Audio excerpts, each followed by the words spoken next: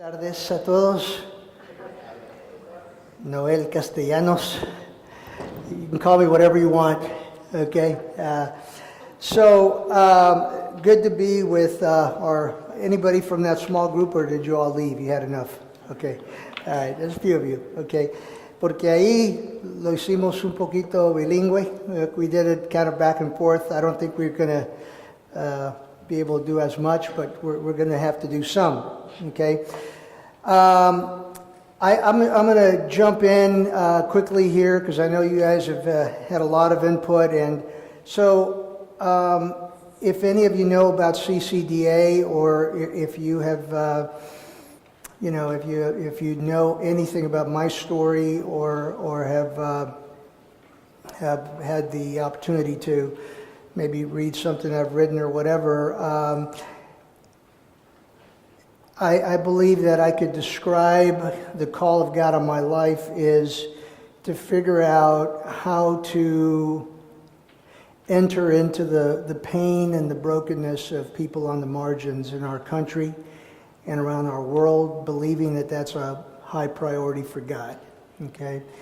And the way I would put it is that God, I believe, puts the poor and the marginalized at the center of his love and concern, and that if we call ourselves Christ followers, then how we do that is really important, because it's at the core of what it really means to be Christ-like and to follow God faithfully. So for me, reconciliation and the talk about being right with God is the beginning point, but then it quickly becomes a horizontal exercise of how do we love others in this world, and not just those that love us back, but those that might even say that we're their enemies, or that we're disconnected from, or have very little in common with, okay? So how does that all fit together? And so our focus is to work in vulnerable neighborhoods, mostly urban, but not entirely, suburban pockets of poverty, and then also rural communities all over the country that in many ways they operate in essence much like poor urban neighborhoods, in that there's isolation, of lack of resources, a lot of hopelessness. Now that city centers are reviving, a lot of people want to go to the city. There's still not a lot of people that want to go to the country, okay, into the hills of Appalachia and other places where there's a great, large population, many Anglo-white, that are experiencing as much poverty as anybody else in the country, but yet they're not on our radar as much. And so I'll just share a few thoughts. I'll draw a little diagram that I've been try to share wherever I can about the work that we do. What are some of the underpinnings and why it's important that we consider this approach that I think is very crucial for reconciliation, and then talk a little bit about some stuff we're doing here in the Southern California area in the next few months. So hopefully this will be helpful, and I don't know, we're not doing a Q&A after this, right? We will. Okay, all right, great. Okay, so Noel, I born on the Mexican border on this side, which is important to tell people these days. I was born on this side. My parents were born here too, all right? So I'm doubly American, right? And then when I was 7, we moved to California, Northern Cal. My father, who used to be, my mom and dad were migrant workers traveling all over the country. And he got a job at General Motors, which was like a huge step into putting us into the kind of that working class category in a little Mexican mixed barrio in the Bay Area. And then went away to college in Spokane, Washington, came back, and then entered ministry in the Mission District of San Francisco, back to East San Jose, worked in a neighborhood called Sal Si Puedes, right? Get out if you can. My wife's mother was not happy with me when we told her where we were living, okay? But that was a great neighborhood. And then 25 years ago, we moved to Chicago with 2 children, and then a third was born there. And we've been trying to live out this approach of Christian community development for all these years. And so I came into faith as a Roman Catholic, and not a very overly religious family. We would go to church on Easter and Christmas midnight mass, and but other than that, didn't really have a great impact on us. And then I went away to this camp operated by a non-denominational youth ministry, came back, and I told my parents that I became a Christian, and they were saying, "What does that mean? You've always been a Christian. That's who you are. You're Catholic."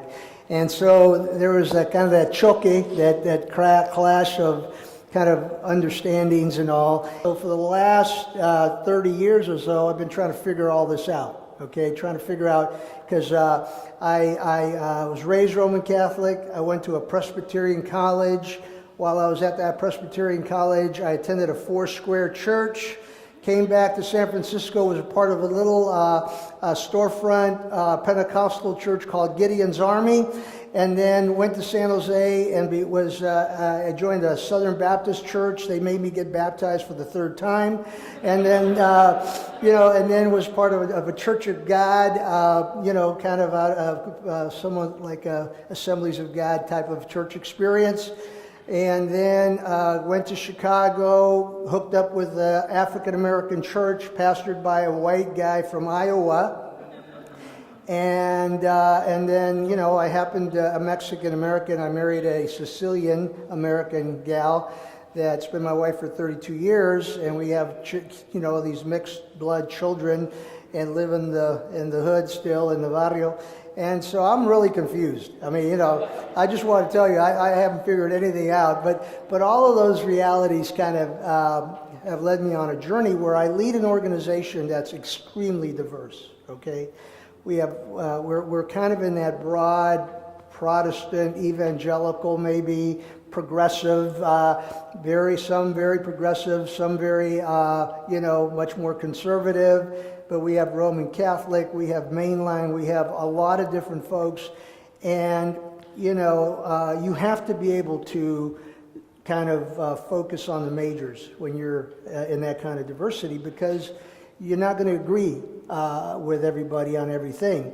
What has held us together is an unflinching commitment to say our call is to lift up the plight of the poor in our world, that those on the margins matter to God, and we want to figure out how to come alongside. So here's a couple of things that I've struggled with, and that hopefully you'll find yourself in a couple of these ideas. But Christianity and the way faith is being talked about and experienced today is changing, right? Now it's probably changing to something that's been before, right? Because nothing's new. But there's in the evangelical world, the fall was the defining biblical narrative.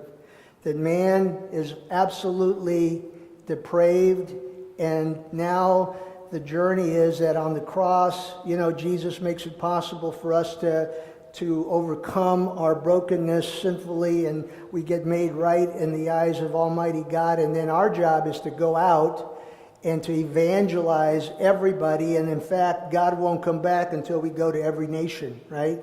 So that driving impulse, and Los Angeles is really important in that history, because, when you think about, so much history, Azusa Street and other movements, the Catholic mission movement that happened even before that, and then Billy Graham, and his emergence out of here, that fueled in many ways modern evangelicalism, and really kind of cemented this kind of philosophy in many churches today. And then what you find now is, and I think this has always been around, But for me, because I was raised, I was brought to faith in a movement like this, right? This youth evangelical movement. I kind of got excited about Jesus because I come from a broken family, all kinds of craziness. So I was taken up by this mission. But what I noticed is that, and I'll put it like this, what I noticed is that people were very concerned about getting everybody's celestial immigration status in order so that they could go to heaven one day. But they were not so much concerned about their earthly status, what's going on here, right? And so the idea of a lack of congruence between, a passion to get people saved and get them to heaven, but yet not necessarily being as concerned about their plight while they're here, something didn't fit right with me because I'm working in poor neighborhoods, and there were so many pieces that were seemed to be inadequate. Lack of jobs, the violence, the brokenness that I think exists in every community. But the more money you have, the more you can hide it, and the more that you can tuck it aside, and it's not as obvious. And if you've ever been to a storefront church in the hood, and it's Family Sunday, and everybody gets to stand up and share a prayer request and give a little praise report to God, what happens in those places is that people start telling all their stuff. And it's not unusual to say, man, I used to be, alcoholic, or I'm having trouble with this. And they put it all out there and they're so grateful because God saved them. You go to a more well-resourced, more middle-class or upper-class church, that would never happen, because respectability is the most important thing, and you don't put your stuff out there, right?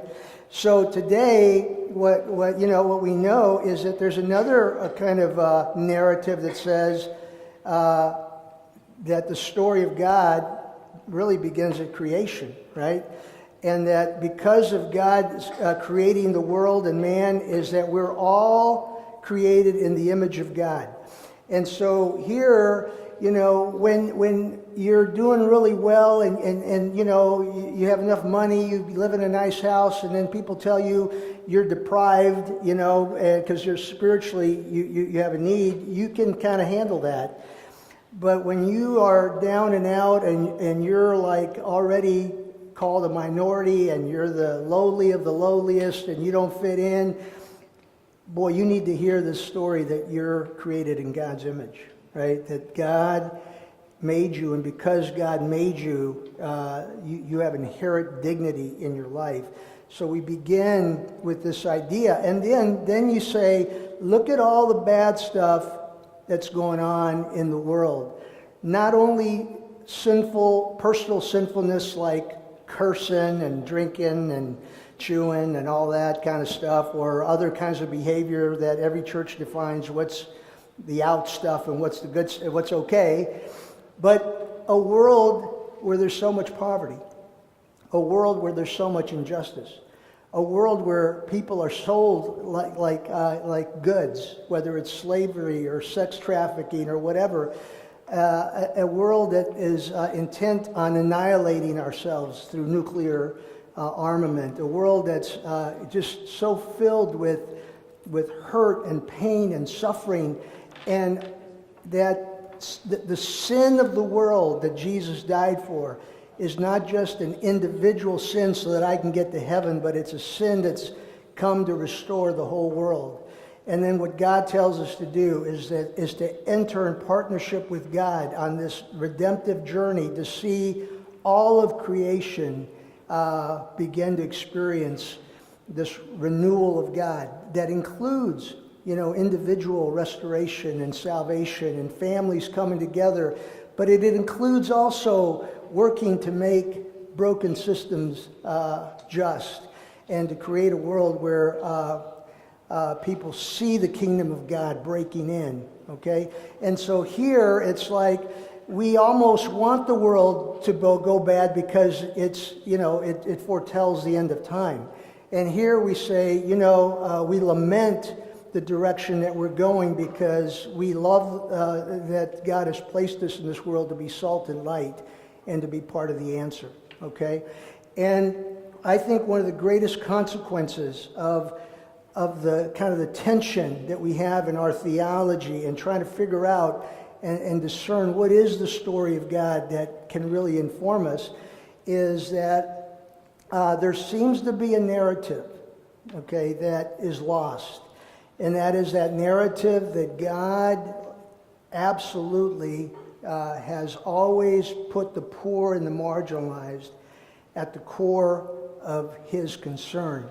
Whether you're talking about the people of Israel, that he calls out and he says, I'm going to make you a distinct people. There's going to be something about you that's going to characterize you to the world all around you. I'm going to sustain you through this. I'm going to make you this separated, called out people, and it's going to be characterized, your life and your community is going to be characterized by a covenant relationship with Almighty God. Not because you're good in and of yourself, but because God is a God of grace and mercy. And I'm going to stay in a relationship with you no matter what happens. I'm going to see you through. And part of what you're going to do is you're going to model to the world what it means to know me.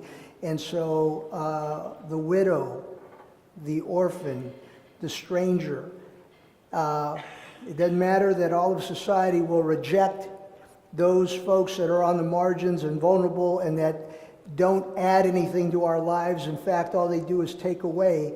That's the group of people that you're going to actually come around and embrace, and you're always going to be around that group of people because you're a different kind of community.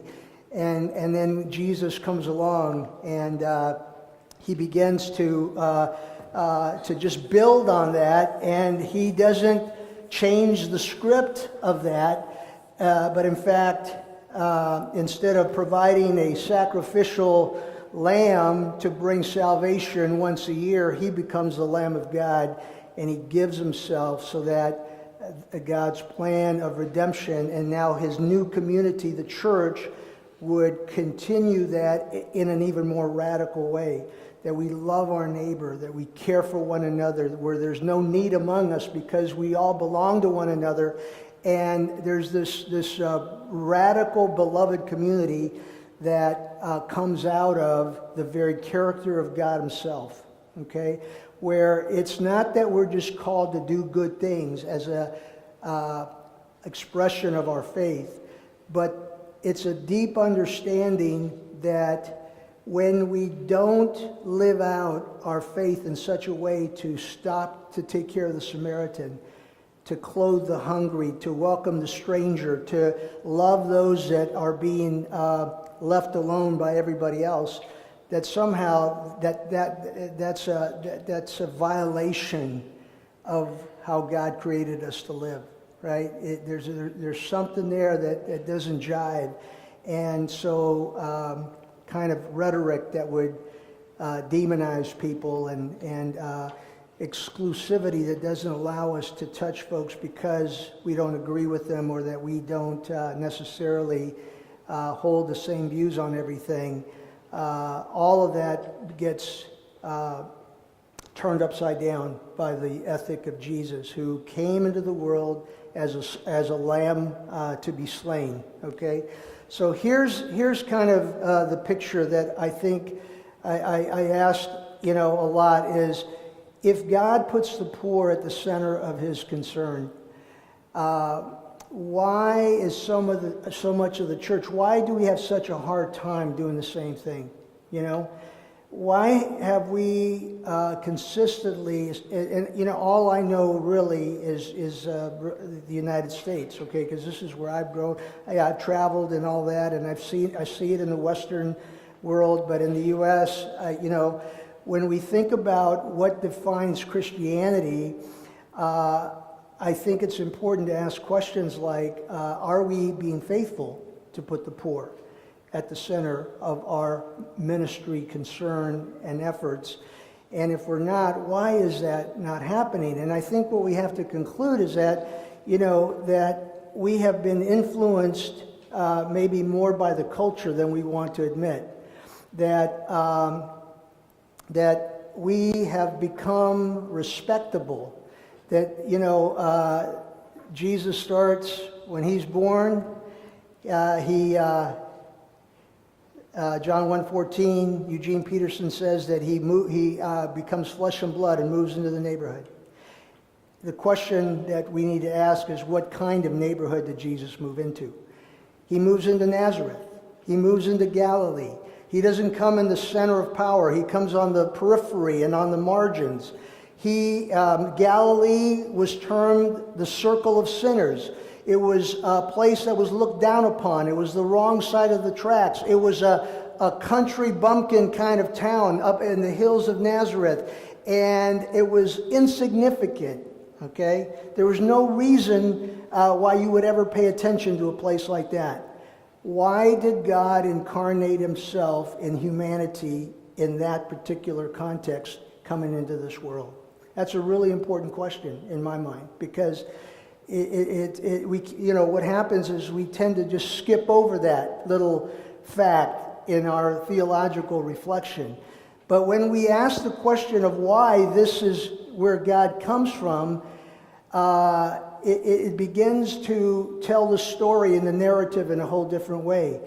All of the disciples that he began to call were from the same place. Not educated, spoke with a Galilean accent. Where he did ministry, I was just in Israel just a couple months ago, and it was all over the Galilean region. And, just to know that Jesus walked all over that place. And then I was telling the class a little bit ago that when we find out that Jesus is a carpenter, right? Our image of that is that he's got this little shop and he's got his little white, robe on, and he's, making beautiful, artisan tables and chairs. Well, the reality is that little village of Nazareth, probably 50 to 100 families is all that live there. There's no way that he could have sustained or had a vibrant business in a little pueblito like that, right? So what does he do? Well, at the same time, the Roman Empire was growing and spreading, trying to establish its dominance in that region. And so in places like Tiberias and other kind of little towns around there, they're building incredible monuments, homes, palaces, and they all have to be built by locals, right? So very probable Jesus was one of the day laborers that would go to those cities to help build the homes of the rich, or the government buildings that were being erected right there around the region of Galilee. And so when you look at Jesus not only comes to say we're to love the poor, but he comes and becomes poor himself. That's radical. In Matthew 25, he says, hey, when you minister to one of these, you minister to me. That's this mystery that we don't understand, but it makes more sense when you recognize that God himself becomes poor so that you and I would know that he cares about the poor and that he puts the poor at the center. And then here's what happens.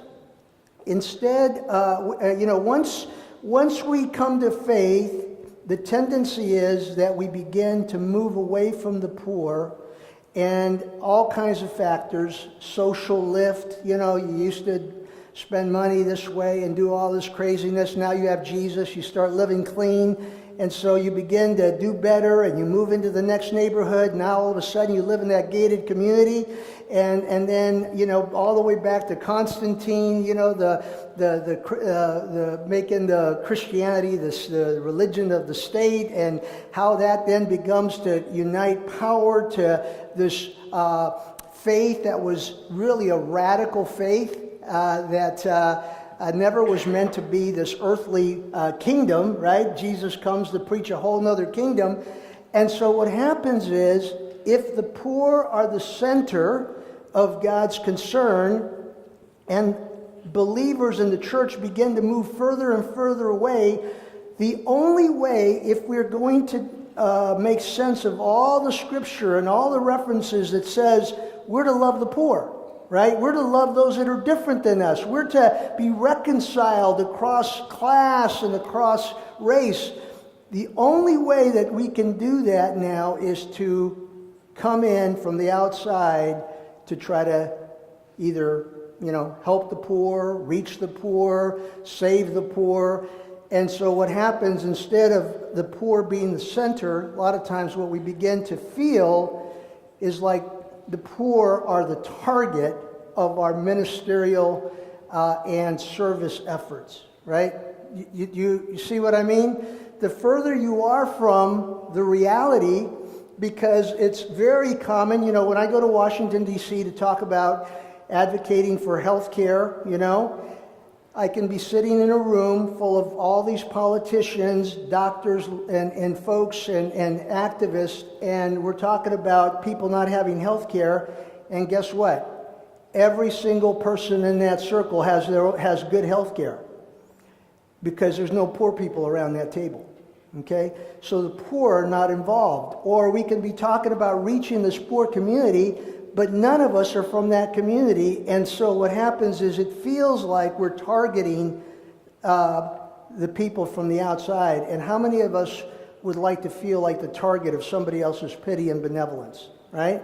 We don't want to, nobody would want to do that. And I want to just mention that I'm not just talking about white folks doing this, okay? It's anybody. A Latino church, African American church, an Asian church, it doesn't matter, can become detached from the community of the poor, okay? Because it's part of kind of human nature, right? To begin to take care of ourselves instead of looking at the needs of those that are around us. So instead of looking at the poor as a target, and when we begin to put the poor at the center, what happens is that we discover that there's an even more radical thing that God does. And that is that the poor become the departure point. The departure point of mission to the entire world. Okay? God becomes poor, and from that base of nobodies, there was none of you that were wise, none of you were educated, none of you were any big deal, Paul says. But God starts with that group of people, men and women, right? And he says, I only have one plan. You are to be the ones that take this great message of God's kingdom and his love to the entire world. And there's no discrimination.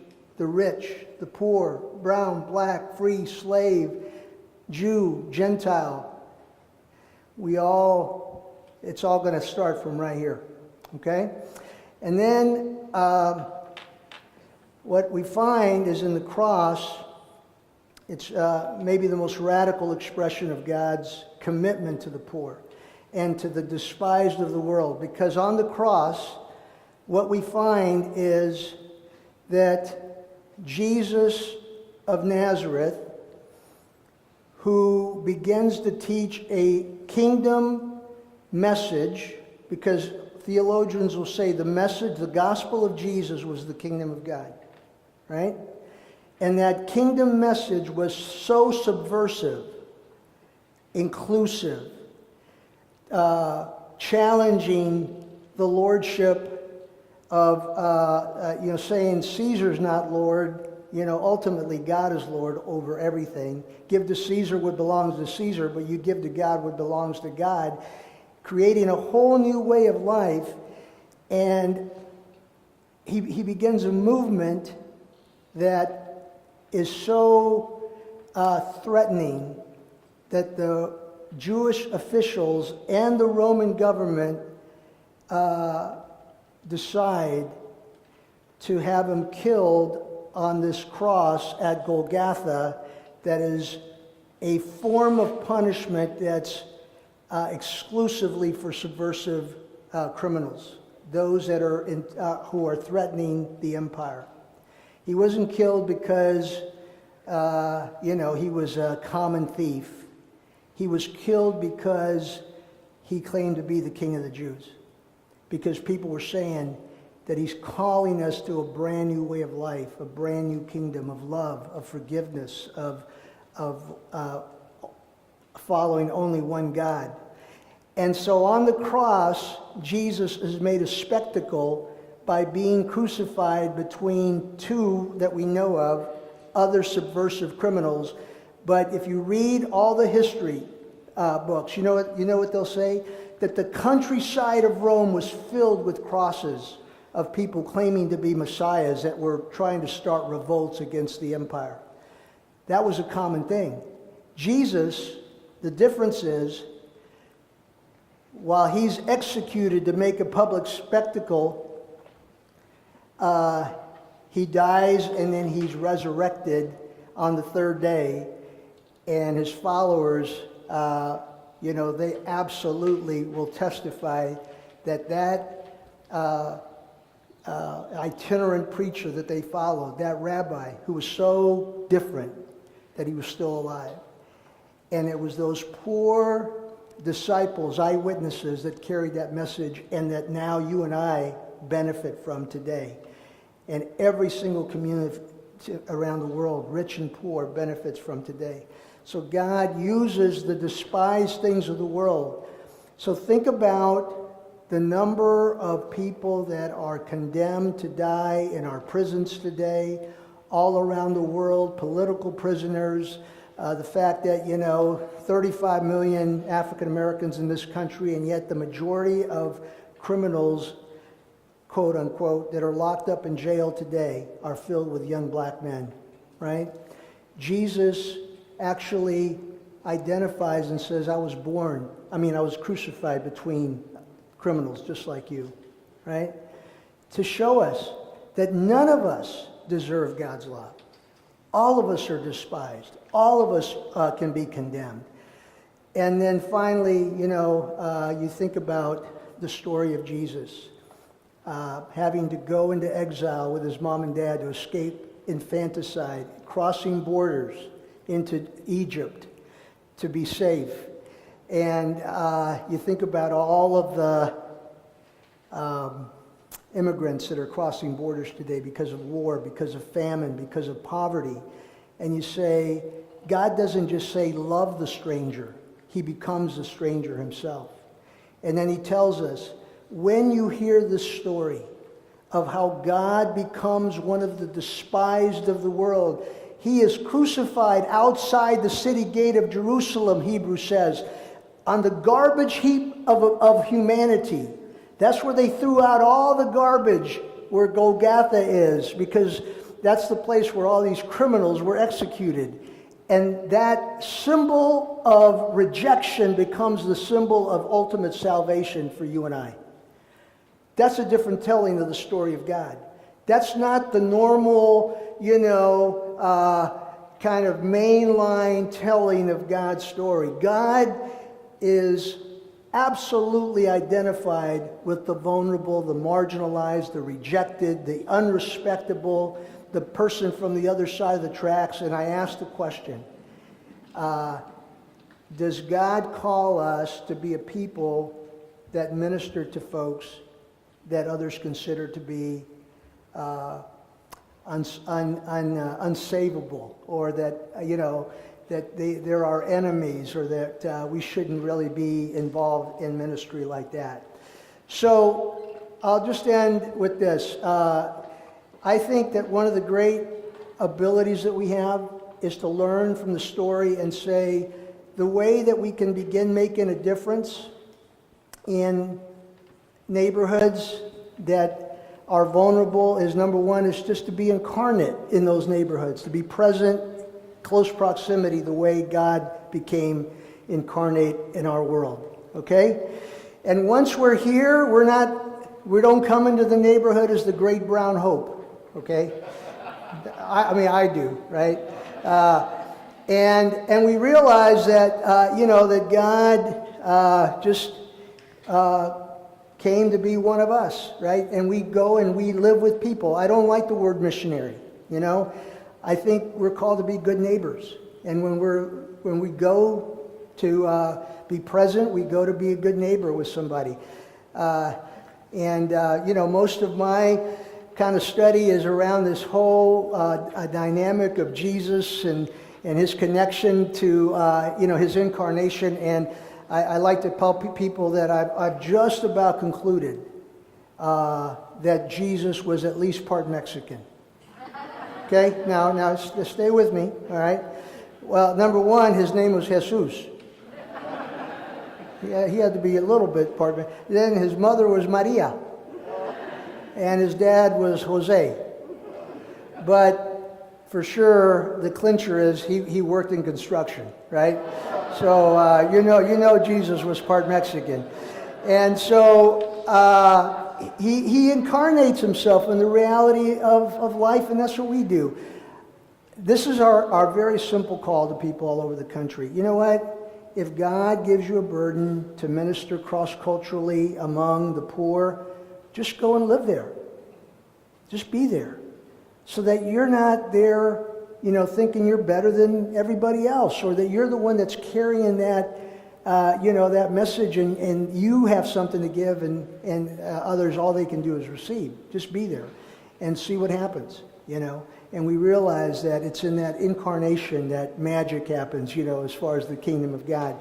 Second, the idea of proclamation and formation, which is very biblical, evangelism and discipleship, that we don't want to continue the process of doing that from the outside in. We don't target neighborhoods, but we do it from the context of incarnation. When we share the story and help develop leaders from within the context of living among them, it's very, very powerful.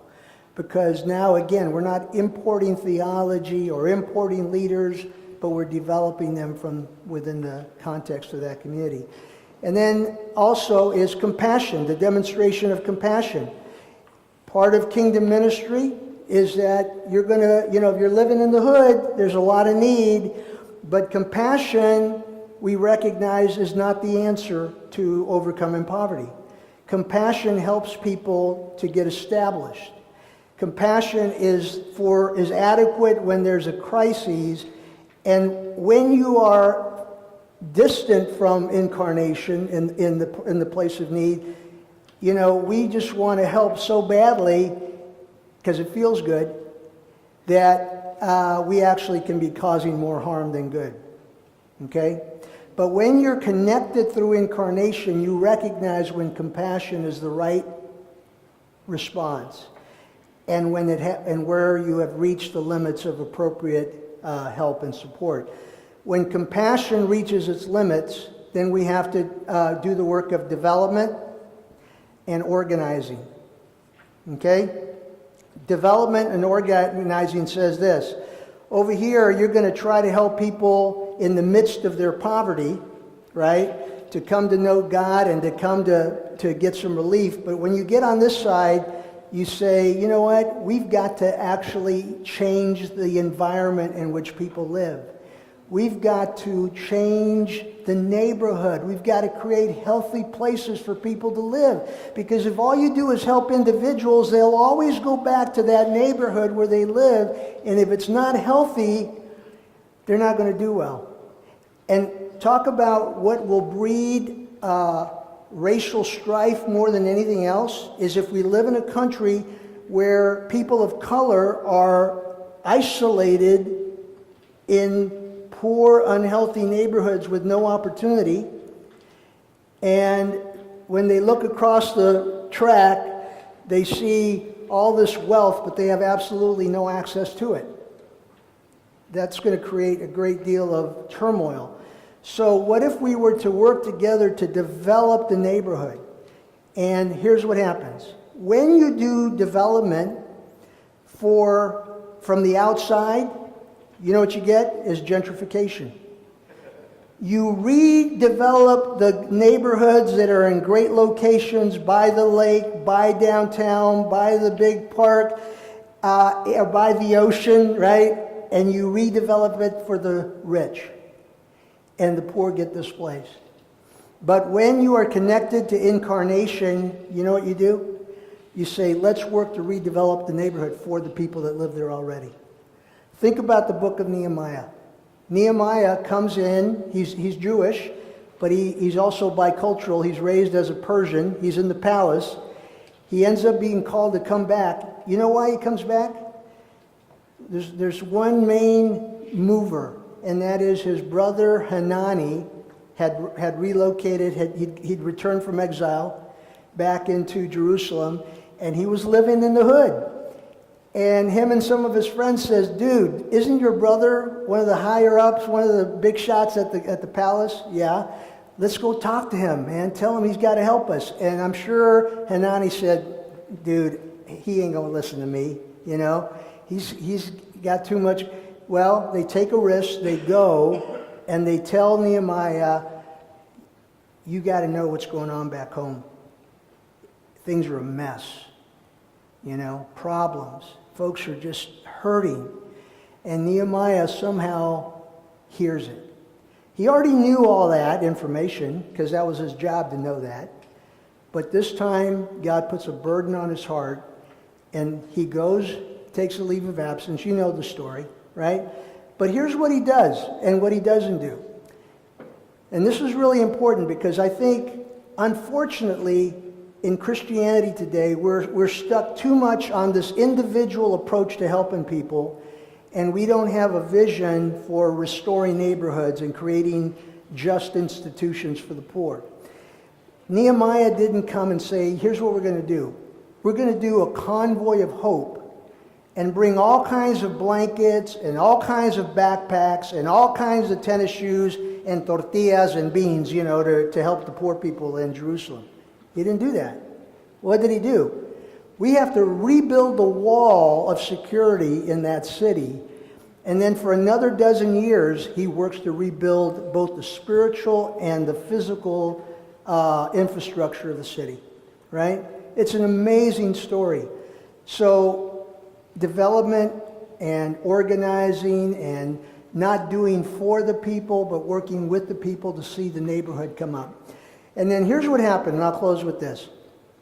I went to my neighborhood 25 years ago in Little Village. Moved into the neighborhood with my family, you know, sent my kids to school there and everything, and we were just raising our kids there. We started a little Bible study, started a church, so we're trying to help people, you know, learn about God, and thankfully, most of them already know about Jesus. They know the cross story. They know a lot about the Christian story, but, you know, many of them just haven't had a personal connection, so we get to work on that. We are surrounded by need because 40% of my neighborhood, 100,000 people, is undocumented, right? So we begin to just offer help any way we can and try not to create dependency and all that. And then we start working on a housing program. We help start this clinic, and we work on educational programs. And we're working on trying to do the development thing in that community. And man, we recognize people are incredible students. They're good workers. And so I would encourage the men, let's get you a better job so you can keep, doing, what you can to empower your family. Hey, the kids, let's get you to college. You're so smart. You're doing so well. And I kept hearing the same story. Pastor, no podemos. We can't do it. ¿Por qué no? No tengo mis papeles. I don't have my documentation. I'm here undocumented. And I'm thinking, okay, not a big deal. Let's go, we'll go find a lawyer and we'll fix it, right? I was born here. I was as out of touch as anybody about our current immigration system. I just thought it was a simple deal. Let's go talk to a lawyer. We'll pay whatever it takes, fill out the application, and you're in. Boy, I was in for a rude awakening. Because what did they tell me? No, there is no way for these, if you came here by poverty or because of your country, you couldn't. No, that's not, U.S. didn't have a visa for that. So what I found out, the more I looked and the more I explored, is that our immigration system was broken. And that while we need the labor of these undocumented people to put vegetables and fruits on our tables and build our homes and clean our hotel rooms and mow our lawns and even raise our children as nannies, we're not going to change the immigration policy that keeps them in this state of kind of limbo, okay, and vulnerability. So even though I was working in the neighborhood and I was dealing with people here, I recognized that something very important, that sometimes people are poor not just because they're lazy, not just because they don't want to work, or not just because they're sinners. That a lot of times people are poor because there are systems and there are structures that actually keep them that way and kind of hold them in oppression. So what I began to look as I read the Old Testament over and over again, and I saw that the confrontation of injustice was often talked about as a necessary element of kingdom ministry. Okay? Don't rob wages. Don't judge people based on their income. You know, take care of those that nobody else takes care of. And so this idea that we also have to confront the systems if we're really going to bring about change, it totally, changed my life, and I began to get involved in all this stuff, local issues and national issues. So I was at a point in my life when I thought, you know what, there's so many issues, how do I determine what I get involved in? Well, if you tie it to incarnation, I'm going to be involved in the things that impact the community that God has called me to really work with and for, okay? So I got done sharing this diagram with a group of seminary students somewhere a few years ago. And at the end of the time, I had a student raise her hand and say, okay, Noel, I get all that, but I want to ask you one question. Where's the gospel? Tell me where the gospel is. And finally, I said, well, why don't you come and tell me, right? So he comes up here and he circles this right here and he says, that's the gospel. Telling somebody that they're a sinner and that they're going to go to hell if they don't get their lives right with Jesus. And I said, well, you know what? I think that's an extremely key element to the gospel. But if you're going to be working in a poor neighborhood, this is the good news of the kingdom. This is the good news of the kingdom, that God cares about all of our reality. And he wants to see it all transformed so that we do not suffer here as well as that we experience perfect life in the life to come. So reconciliation, okay? If all we talk about is being nice to each other, I don't know that brings you. But when we enter into the mess of people's lives that are suffering around us, whether they be immigrants or refugees or folks that, are poor or whatever it is, and we actually engage in the very difficult work of telling the story, compassion, development, confronting injustice while we're there with them, right? To me, that's the work of reconciliation. It says that God is reconciled to us and that we care enough now that we're going to engage with the world around us, knowing that the majority of the 7 billion people on our planet do not live like you and I. They live in this incredible state of complexity and really, really difficult life circumstances. So, at the end of August, the 20th through the 30th, I'm going to, with CCDA, I'm going to lead a walk from the border of Mexico, San Diego, Friendship Park. We're going to walk 150 miles to downtown LA, end up at the Metropolitan Detention Center, and we're going to have a little closing prayer event there, and we're doing it to walk in solidarity with the millions of people in our country that are here with having to suffer from a broken immigration system. And then the millions of people around the world that are migrating, not because they want to, because they have to in order to try to survive. And we see pictures of overcapped boats, of refugees trying to cross the Mediterranean. And I mean, every kind of atrocity. And, a year ago, I walked 500 miles across northern Spain, a pilgrimage called the Camino de Santiago. as part of my sabbatical.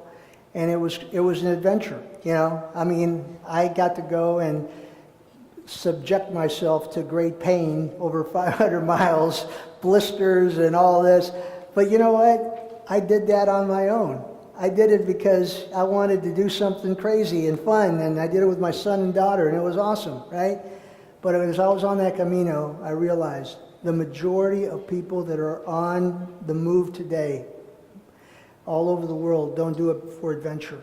Don't do it to seek some kind of joy ride or whatever. They're doing it because they have absolutely no other option.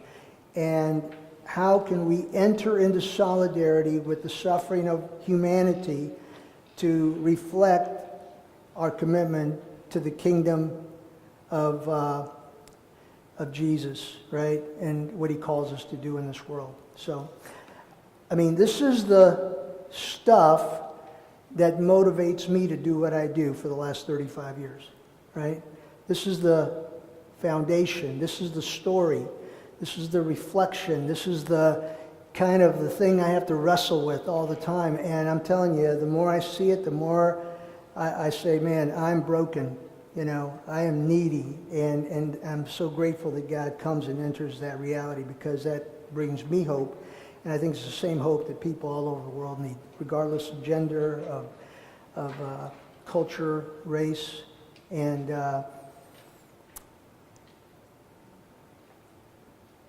I have great hope that as people hear this story, right, that they'll be compelled to live out this kind of faith as well. Thank you.